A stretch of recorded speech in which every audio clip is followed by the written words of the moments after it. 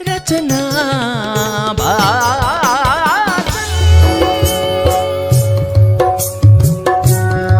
आओ मेरा para para भाइ बहिनी हो, रेडियो नजिक आओ। लौ त अब सुरु गरौँ आजको हाम्रो बाल कार्यक्रम। यो त्यति बेलाको कुरा हो जति बेला मेरो पुस्ता बच्चा थियो। ढिलोमा पनि मेरो पुस्ता चाहिँ बच्चा। रेडियो नेपालमा साँझ परेपछि वासुदेव मुनाल दाई सधैँ यसै भन्दै आउनुहुन्थ्यो, हामी बच्चा हुँदाखेरिको हाम्रो दिन भनेको साँझ परेपछि वासुदेव मुनाल दाईले लिएर आउनुहुन्थ्यो। र वासुदेव मुनाल दाईको यो कार्यक्रममा सिग्नेचर गीत जस्तै बनेको थियो एउटा गीत, जसलाई हरिभक्त कटुवालले रचना गर्नुभएको थियो। नातिकाजीको सङ्गीत थियो र तारा देवीको स्वर थियो। कहाँ जाने पुतली का फूल, जता जता फुलेका छन् मीठा मीठा फूल।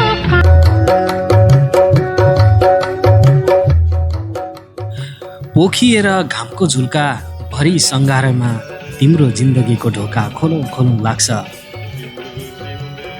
यो कालजयी गीत जसले हरिभक्त कटुवाल चिनायो, तर चिनाउनेले हरिभक्त कटुवाललाई त्यसरी चिनाइदिएनन्। चिनाउनेले हरिभक्त कटुवाललाई जडिया हो भनेर चिनाइदिए। हरिभक्त कटुवाल जाँड खाएपछि उद्दण्ड मचाउँथे, झगडा गर्थे भनिदिए। एक दिन त झगडा गर्ने क्रममा भूपी शेरचनको लुगा नै च्यातिदिएको बजारमा उइयाँ मचाइयो। हरिभक्तलाई जाँड खाएर उद्दण्ड मचाउने कि शान्त स्वभावका थिए भन्ने पछिल्लो पुस्तालाई छुट्याउन नै गाह्रो पर्यो। भन्नेहरूले हरिभक्त कटुवाललाई गरियो हो, जडिया हो, टिक्न सकेन अनि फेरि आफ्नै गाउँ फर्कियो भनिदिए। जसकारण नयाँ पुस्तासम्म आइपुग्दा हरिभक्त कटुवालको एकदमै खराब चित्र आइपुग्यो। हरिभक्त कटुवाललाई क्रमशः नयाँ पुस्ताले बिर्सँदै गए। आज म हरिभक्त कटुवाललाई लागेको फ्रेम भत्काएर भित्र पस्ने कोसिस गर्छु। आज निकै गजबको कार्यक्रम बन्नेछ। तपाईँले आजको कार्यक्रम छुटाउनु भयो भने निकै स्पेसल कार्यक्रम मिस हुनेछ। रहर बा पाठशाला जान्न म इतिहास पढाइन्छ त्यहाँ मरेका दिनहरूको खिया लागेका कलका पूर्जाहरू जस्तै गणितका सूत्रहरू पनि साह्रै पुराना भइसके। रहर छैन मलाई बाँचिदिने केवल इतिहासका पानाहरूमा। मैले त बाँच्नुपर्छ आउने दिनहरूमा इतिहासको गतिलाई उछिनेर, इतिहासभन्दा बढी अरू केही भएर। त्यसैले बा पाठशाला जान्न म इतिहास पढाइन्छ त्यहाँ मरेका दिनहरूको। फ्रेम हालेर राख्ने आदर्शभन्दा भोग्न सकिने आदर्श मलाई राम्रो लाग्छ। बनिसकेको बाटोमा हिँड्नभन्दा बाटो बनाउँदै हिँड्न रहर लाग्छ। इतिहासका ठेली होइन एउटा कोदालो चाहिन्छ मेरो पाखुरालाई। योजना होइन पैतालाले नाप्नु छ मैले प्रत्येक अग्ला टाकुरालाई। र गर्नु छ भुक्तान जम्मै धरतीले बोकाएका ऋणहरूको। बा पाठशाला जान्न म इतिहास पढाइन्छ त्यहाँ मरेका दिनहरूको।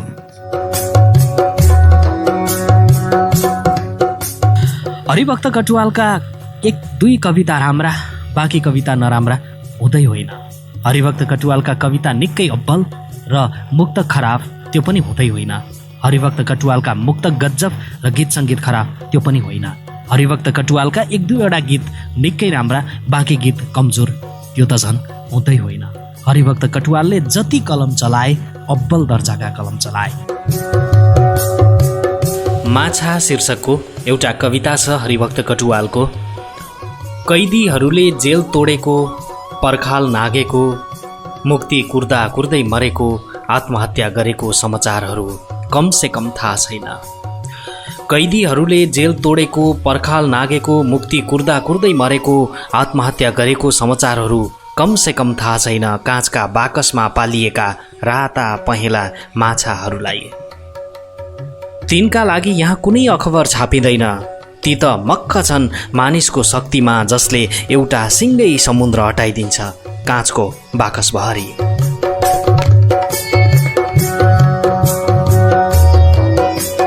थुप्रै गीत सङ्गीत छन् हरिभक्त कटुवालका चलेका गीत सङ्गीतहरू। धेरैले सुनिसकेका गीतहरू छन्, तर धेरैलाई थाहा छैन यो कसको गीत हो भन्ने कुरा। चलचित्र दुई थोपा आँसुका लागि हरिभक्त कटुवालले लेखेको गीत थियो। डाली डाली फुल फुल्यो, पात पात म भुले, फुल भुल्यो भमरामा, कुन्नी केमा म भुले। यो हरिभक्त कटुवालको रचना हो। त्यो खोला वारी त्यो खोला पारी सायद सिलगढीतिरका कसैले रेकर्ड गरेको हुनुपर्छ। यो गीत पनि हरिभक्त कटुवालको हो। हरिभक्त कटुवालका धेरै गीतहरू दिग्गज गायक र सङ्गीतकारहरूले समातेका छन्। हामी यसो पनि भन्न सक्छौँ, नारायण गोपाललाई नारायण गोपाल बनाउनको लागि हरिभक्तको शब्दको धेरै ठुलो महिमा छ। अमर गुरुङले गाएको बदनाम मेरा आँखाहरू हरिभक्त कटुवालका शब्द हुन्। अरुणा लामाले गाएको हाँगा हाँगा चैतभरि पैसो फुलेछ यो त्यो बेलाको एकदमै चर्चित गीत हो, जसलाई हरिभक्त कटुवालले रचना गरेका थिए। भक्तराज आचार्यले सपनीमा आज मैले गाएको गीत हरिभक्त कटुवालको गीत हो र थुप्रै बाल बच्चाको लागि अहिले पनि सिग्नेचर बनिरहेको गीत कहाँ जाने पुतलीको फुल जता जता फुलेका छन् मिठा मिठा फुल हरिभक्त कटुवालका गीत हुन्। मैले 2072 सालदेखि हरिभक्त कटुवाललाई खोज्दै हिँडेका पुरुल हम्साललाई सोधेको थिएँ, दाइ हरिभक्त कटुवालका रचनामा कतिवटा गीत सङ्गीत छन्? उहाँले भन्नुभयो 26वटा भएको नेपालमा रेकर्ड छ, तर मैले 34वटा गीत भेटाएको छु। हरिभक्त कटुवालको कवितादेखि बाहेक हरिभक्त कटुवालले नेपाल आउँदै गर्दा सबैभन्दा पहिला 2022 सालमा नेपाल आएका थिए। 2029 सालमा आसामबाट यो जिन्दगी खै के जिन्दगी शीर्षकको किताब लिएर आए। त्यस पछाडि हरिभक्त कटुवालले पछाडि फर्केर कहिले हेर्नु परेन। योदेखि बाहेक बान्की कथा सङ्ग्रह हरिवंश कटुवालको छापिएको छ।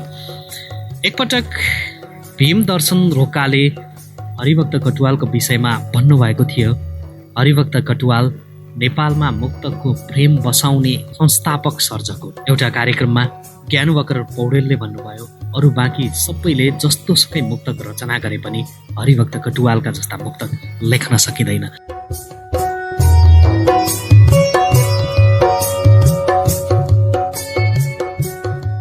म कवि शीर्षकको हरिभक्त कटुवालको एउटा कविता छ। आफैलाई खोजिरहनुको उत्सुकताको पछि गुमाउँदै जानुको चिसो विवस्थाको पीडित मेरो मुटु खै आज कविता सोच्नै मान्दैन। आफैलाई खोजिरहनुको उत्सुकताको पछि गुमाउँदै जानुको चिसो व्यवस्थाको पीडित मेरो मुटु खै आज कविता सोच्नै मान्दैन। सायद त्यसैले होला सुनगाबा तिम्रो मुस्कान भन्दा मेरा आँखामा यस बेला ती वृद्ध सज्जनको बलिन अनुहार खेलिरहेछ, जो घन्टौँ एउटा लामो क्यूमा उभिएर पनि हिजो साँझ मट्टीतेलको रित्तो भाँडो हल्लाउँदै घर फर्किरहेका थिए।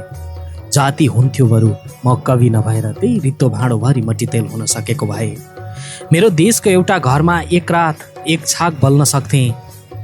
मेरो देशको एउटा घरमा एक रात एक छाक बल्न सक्थेँ। एउटा वृद्धको खिन्न अनुहारमा केही क्षण उज्यालो पार्न सक्थेँ। तर सुनगाबा मेरो देशको कुनै समस्या पनि टार्न नसक्ने कवि भएँ, जो तिम्रै मुस्कानमा मात्र अल्झिरहे।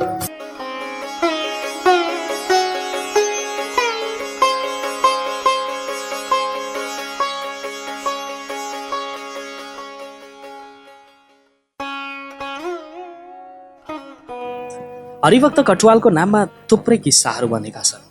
विष्णु विभु घिमिरेले एकपटक भन्नुभएको थियो, हरिभक्त कटुवालले एउटा मुक्तक सिगरेटको खोलमा लेखेर फाल्नु भएको थियो। पछि नारायण गोपालसम्म पुर्याउनु भयो, जुन नारायण गोपालले सङ्गीत गरेर गाउनु भयो। हरिभक्त कटुवालको निकै चर्चामा पनि आएको थियो। यो जिन्दगी खै के जिन्दगी, यो जिन्दगी खै के जिन्दगी, भित्रभित्रै खोक्रिएर बाहिर बाहिर बाँचेको, एटमको त्रासले चुसेको, समस्याको भूतले सताएको, यो जिन्दगी खै के जिन्दगी। बन्दुकको नालमा टाउको राखेर निदाउनु पर्छ यहाँ, खुकुरीको धारमा पाइला टेकेर जिउनु पर्छ यहाँ। आँखा चिम्लन पनि जगजगी, आँखा उघार्न पनि जगजगी, यो जिन्दगी खै के जिन्दगी। पसलमा सोकेसभित्र सजाइराखेको काँचको चुरा जस्तो यो जिन्दगी, कुनै युवतीको हातमा चढ्दा चढ्दै प्याट्ट फुट्न सक्छ यो जिन्दगी। रबरका सस्ता चप्पल जस्तै यो जिन्दगी, बाटामा हिँड्दा हिँड्दै च्वाट्ट चुट्न सक्छ यो जिन्दगी, यो जिन्दगी खै के जिन्दगी। हरिभक्त कटुवाल आसाममा जन्मिएका हो। केदारमान व्यतीत लगायतका मानिसहरूले भारत गएको बेलामा हरिभक्त कटुवालको सम्भावना देखेर नेपाल निमन्त्रणा गरे। 2022 सालमा पहिलोचोटि प्रतियोगिताका लागि हरिभक्त कटुवाल काठमाडौँ आउनुभयो।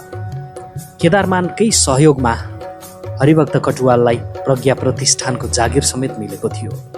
तर हरिभक्त कटुवालको लाई कतिलो सपोर्ट भने भएन। गरिबीले सधैँ हरिभक्त कटुवाललाई फ्रस्ट्रेसन गरिराख्यो। जसले हरिभक्त कटुवालको साथी भनेको रक्सी मात्रै भयो। आखिरी नेपालमा लामो समयसम्म बस्न नसकेर हरिभक्त कटुवाल फेरि आफ्नै देशमा फर्किनु भयो।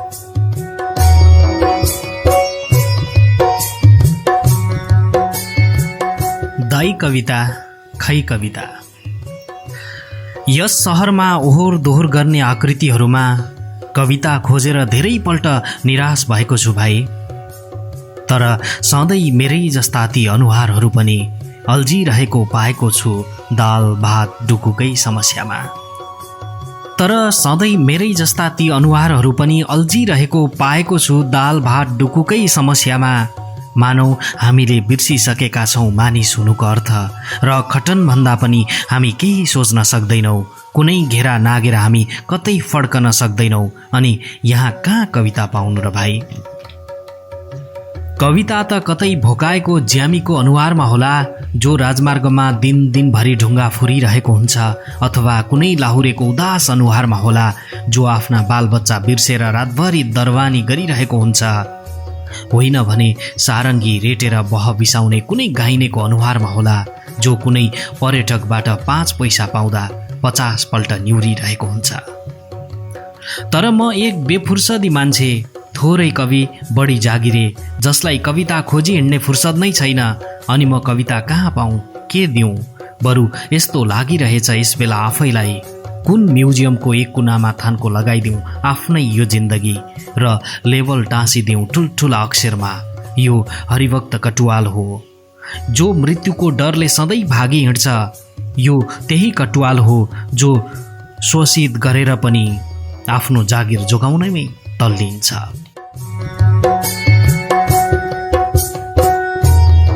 यो जीवन शीर्षकको अर्को रचना छ। कतै जुवाडेको कौडी खेलाउँदै हेरेको एउटा छुक जस्तो, कतै जुवाडेको कौडी खेलाउँदै हेरेको एउटा छुक जस्तो, कतै भर्खर बसन्तले छोडेर गएको उदास रुख जस्तो। यस्तो लागिरहेछ आफैलाई यो जीवन, यस्तो लागिरहेछ आफैलाई यो जीवन, अन्तिम पातो पनि च्यातिसकेपछिको एउटा ठुटो चेकबुक जस्तो।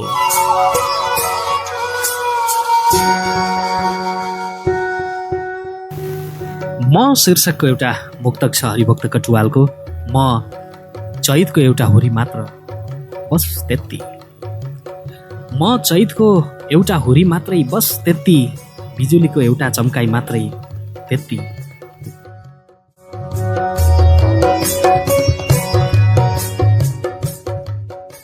कार्यक्रम रचना वाचनको अबको क्रममा भने आदरणीय महेश पौड्यालले लेख्नु भएको एउटा लेखको सानो अंश यहाँनिर जोड्न उचित ठानेको छु। हुन त कसरी पो सम्झियोस् देशको कनिष्ठ पुस्ताले हरिभक्त कटुवाललाई। भानुभक्तलाई सम्झना भानु जयन्तीमा हुन्छ। उनको शालिग छ, उनको नाउँमा विद्यालय र पार्कहरू छन्। उनका सन्तान यतै छन्, श्राद्ध गरिरहन्छन्, सम्झाइरहन्छन्। देवकोटाका नाममा त के छन् के, अनि नयाँ कुरा निर्माण गरिरहने आफन्तहरू छन्। तर हरिभक्त, न कुनै सडक उनको नाउँमा देखियो, न कुनै अध्ययन केन्द्र, न प्रतिष्ठान, न पुरस्कार, न उद्यान, न बगैँचा, न हुलाक टिकट, न कुनै शालिग। र अहिले गएर उनका हृदय विदारक गीतको एकाध पारखीको सम्झनामा बाहेक उनको नाउँ पनि बिलाउँदै गएको छ। एउटा स्मृति ग्रन्थ र एकाध पत्र पत्रिकाका विशेषाङ्क बाहेक हरिभक्त कटुवाललाई अहिले हाम्रो सम्झनामा किस्तीभित्र अटाउन पनि किन नसकेको होला? हरिभक्त, तिम्रो मृत्यु अघिको जिन्दगी र तिम्रो मृत्यु पछिको सम्झना तिम्रै गीत जस्तो बनेको छ। मलाई नसोधा कहाँ दुख्छ घाउ, म जे छु ठिकै छु, बिथुल्न नआऊ।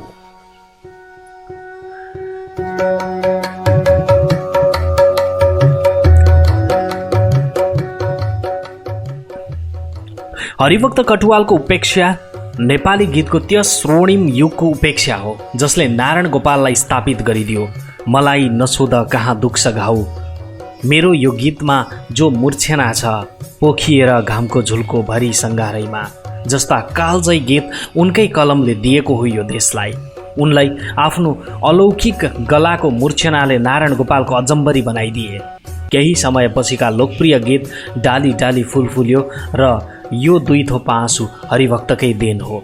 अनेकन भजन र बालगीत पनि त उनको अमरत्वको साक्षी हुँदै हुन्।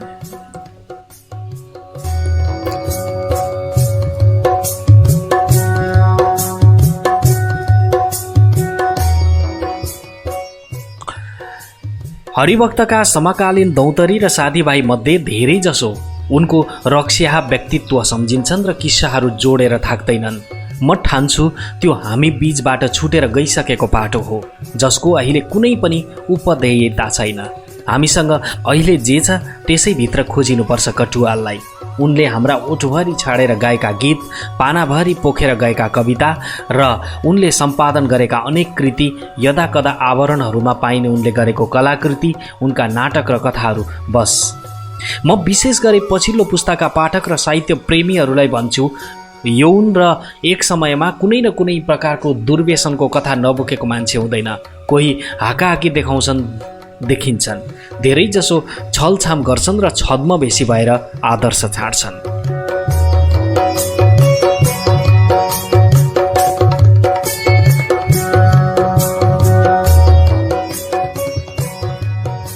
दुई ओठको हाँसोलाई मैले मेरो भने, दुई ओठको हाँसोलाई मैले मेरो भने, त्यसमा पनि तिमी सुस्केरा बनेर बसिदियौ। दुई आँखाको सपनालाई मैले आफ्नो सम्झे, त्यसमा पनि तिमी आँसु बनेर झल्किदियौ। केही छैन शीर्षकको अर्को एउटा सृजना थियो हरिभक्त कटुवालको।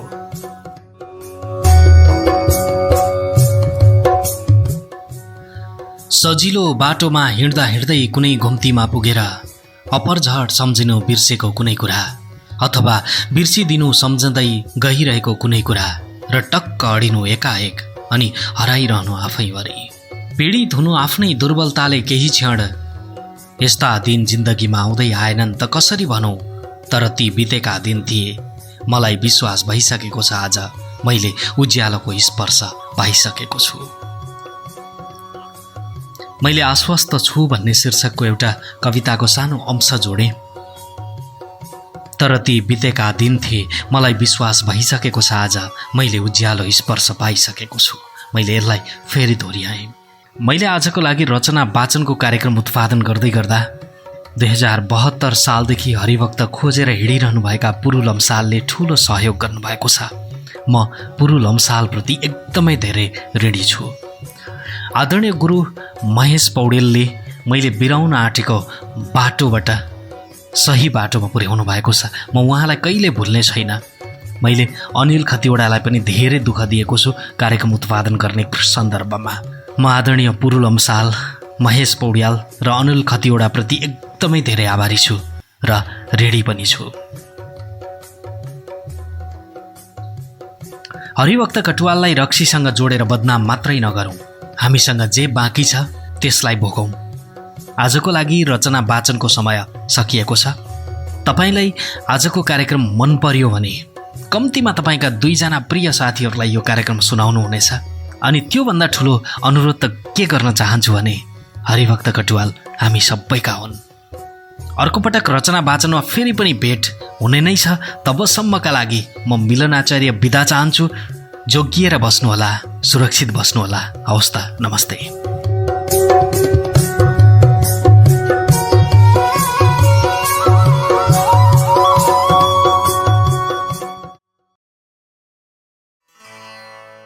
रचना